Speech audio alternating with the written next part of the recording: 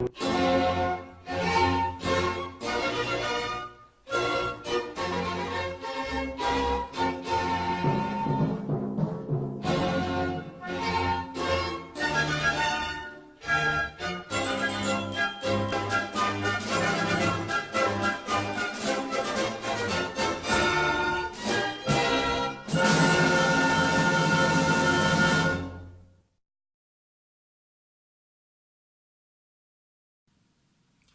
to handle an irate customer on the phone.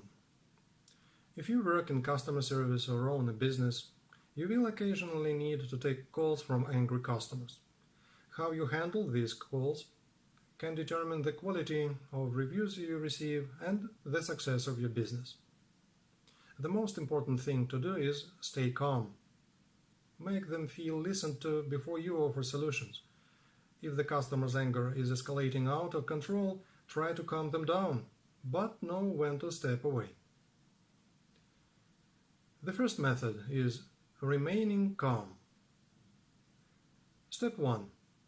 Do not react. Keeping calm is key. Reactions such as anxiousness or anger, while natural, will make things worse.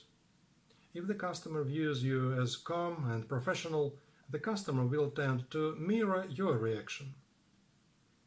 Try focusing on your breathing by taking deep, calm breaths. Do not obsess about breathing heavily, however. It may come across as creepy or sighing. Step 2. Allow venting. Let the angry client talk through their problems and explain all the reasons they are unhappy. Do not interrupt. If you have a question, wait until the person is finished to ask it. Be patient. This may take time on the customer's part. Do not argue, contradict, or otherwise engage in a fight, even if the customer is patently wrong. If the customer feels heard, it is often the most important part of the interaction. Customers will often eventually become much more agreeable just because they are listened to, sometimes even if the issue cannot be handled. Step 3. It's not personal. An angry customer probably won't be careful about the specific language they use. When they say, "You messed this up," they usually mean the company messed up. Remember that this isn't about you, and taking it personally will stress you out unnecessarily. Step 4. Encourage them with brief verbal prompts. The customer cannot see you, so some verbal feedback helps reassure that the line has not gone dead and you are listening.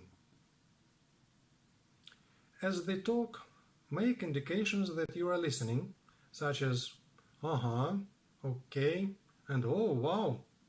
This will assure them that you are paying attention and make them feel like you want to hear the whole story. Step 5. Use a level voice.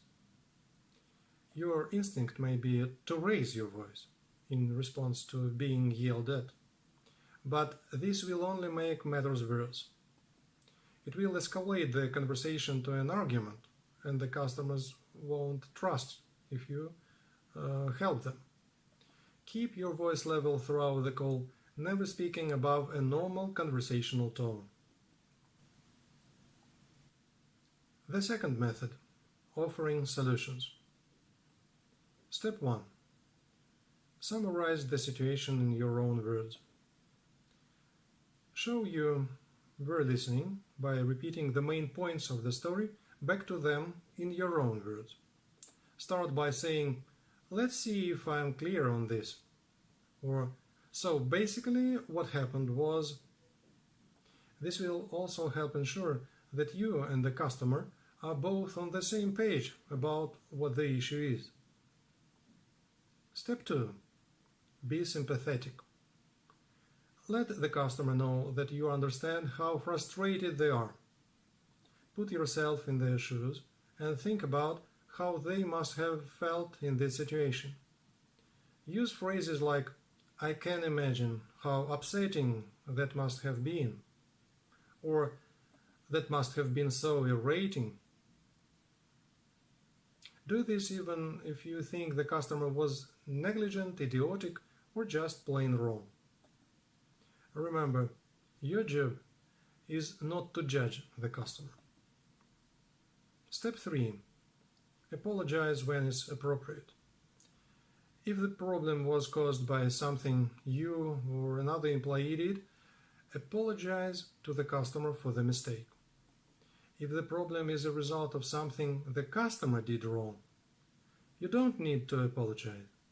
You can simply say, "That's not what we want, so let's see what we can do to make it right." An example of a possible apology is, "I'm sorry we messed up your order and caused this inconvenience. Let's talk about how we can make it up to you." Another, "It looks like there was an issue on your order. I'm so sorry that happened. We can have a replacement for you in 2 days. Should I ship it to your work or home address?" Step 4. Offer to try to fix the problem, if possible. In general, training for customer service will cover the most common issues that arise. But weird and oddball things happen, and sometimes customers who claim questionable events happened demand a replacement. Avoid promising to outright fix the issue, since that may not be possible, but always promise to attempt a solution. Use phrases like, "Let me see what I can do," and "I'm going to try to get this sorted out," and "I want to be sure to get you in touch with the right person to handle this issue." Step 5. Use positive statements whenever possible. The customer will want to know what you can do for them, not what you can't do. Use positive language instead of words like no, can't, or won't. Even if what they want isn't possible, try saying, "What if we offered you this instead?" The third method, dealing with escalating anger. Step 1. Ask questions to calm the customer down. Rather than arguing with the customer, ask questions to focus their mind on the facts. Try asking them to clarify a couple of details from their story, or ask them how they want to see the situation remedied. For example, you could ask, "What's your ideal solution to this issue?" Step 2. Stop the customer if they become directly abusive toward you. Allow them to communicate their feelings, but if they begin to call you names or use explicit language, cut them off. Tell them what the consequences will be if they continue speaking in this manner. For example, you could say, "Sir, I understand that you are frustrated, but if you continue to use that kind of language, I'll have to end the call." If you don't own the business, make sure you know ahead of time what your company's policy is regarding abusive language.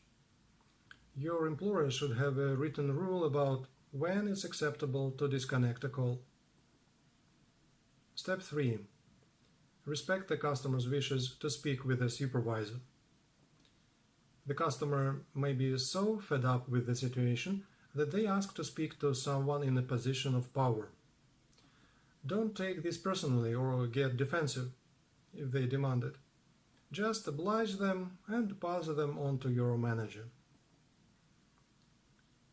If you are the manager or the owner, politely tell them so by saying, "I am the manager on duty. I'd like to hear your story and work on a solution with you."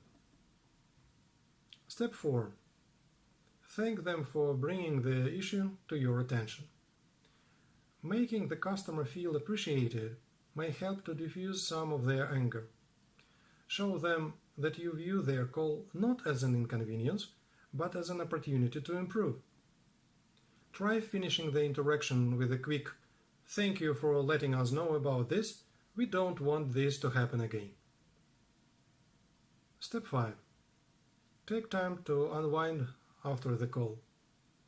Calls like this can be emotionally draining, so if you have the chance, take a break. Step outside to take a quick walk around the block. Head to the break room to grab a cup of coffee and chat with a coworker. Or just take 5 minutes at your desk to meditate and take deep breaths.